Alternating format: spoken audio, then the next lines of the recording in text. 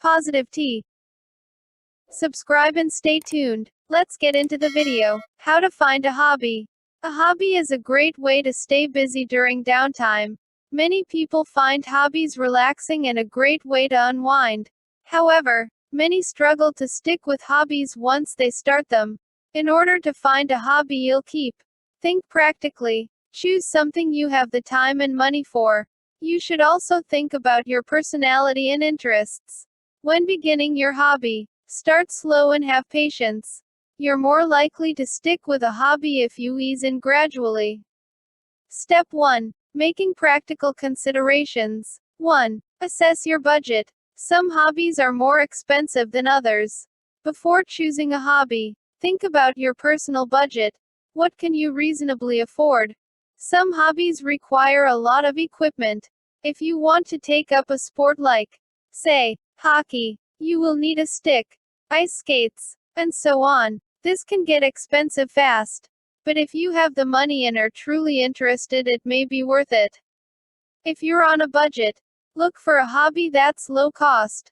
Something like knitting, for example, only requires basic supplies like needles, yarn, and some scissors. While you'll have to put some money towards this hobby, you can find many of these supplies for a lower cost online, at a department store, or at a craft store.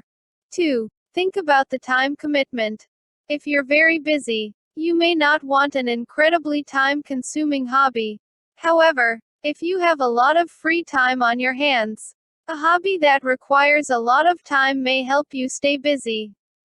Things like reading, drawing, or crossword puzzles can be done in small spare moments.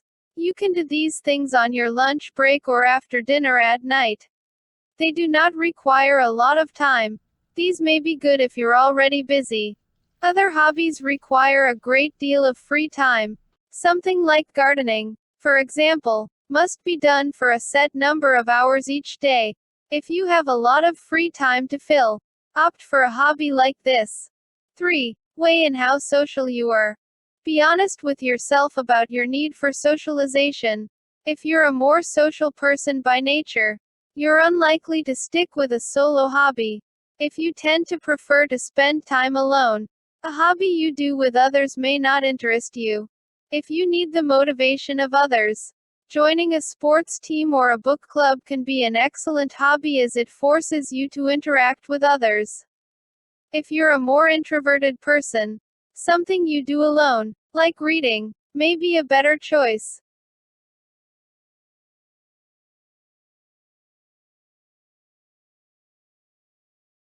Step 2. Considering your tastes and personality. 1. Think about what excites you. You want to pick a hobby that makes you feel enthusiastic. A hobby is meant to be fun, so don't just do it for other people. Do it for yourself. If you don't go into your hobby feeling excited, you're likely to lose interest.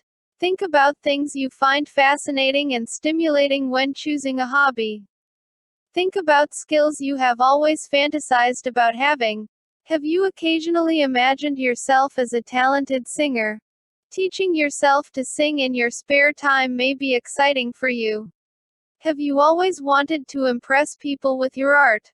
Try taking up drawing or painting. Reviewing your past can help.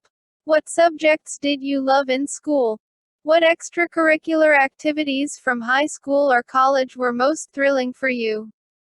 This can offer hints on what kinds of hobbies you may enjoy as an adult. 2. Evaluate your natural skill set. For some people, a hobby should be more relaxing than challenging. Choosing something you're not already good at may result in you feeling stressed and quitting. Think about what skills you already have if you're looking for something low-key. For example, maybe you already enjoy cooking for yourself each night. You're not terribly skilled, but you're a decent cook and have always been up for new recipes. You could take a cooking class. As you already know the foundations of cooking, it'll be easier to get into the swing of things with this new hobby. 3. Consider whether you want a challenge. Some people get bored developing established skills. If you're the type of person who craves a challenge, You may want to find a hobby that pushes you out of your comfort zone a little. For example, maybe you're slightly sedentary by nature and are a bit resistant to going out. You could try running or hiking, both of which force you to get out and move. 4. Make a list of things you already like. It's important to choose a hobby that reflects your personal interests. You're vastly more likely to stick to a hobby that interests you. Make a list of all the interests you can think of. Then, review the list. Think of what kind of hobby may match with your interests.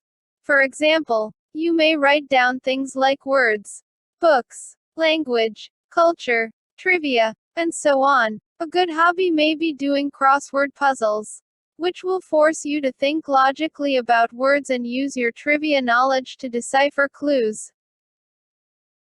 Step 3. Stick to your hobby. 1. Find a friend to do the hobby with you. Many people find the buddy system works when starting a hobby. If you and a friend agree to get into a hobby together, you will both be more likely to stick it out. You will be able to keep one another accountable. Choose a friend with compatible interests. If you have a friend who's into extreme sports, while you tend to like staying in with a book, the two of you will not be a good match hobby-wise. Instead, choose an equally bookish friend. The two of you could try joining a local book group together. 2. Look for a community. Many people find it's easier to stick to a hobby if there's community support. Try joining a class related to your hobby.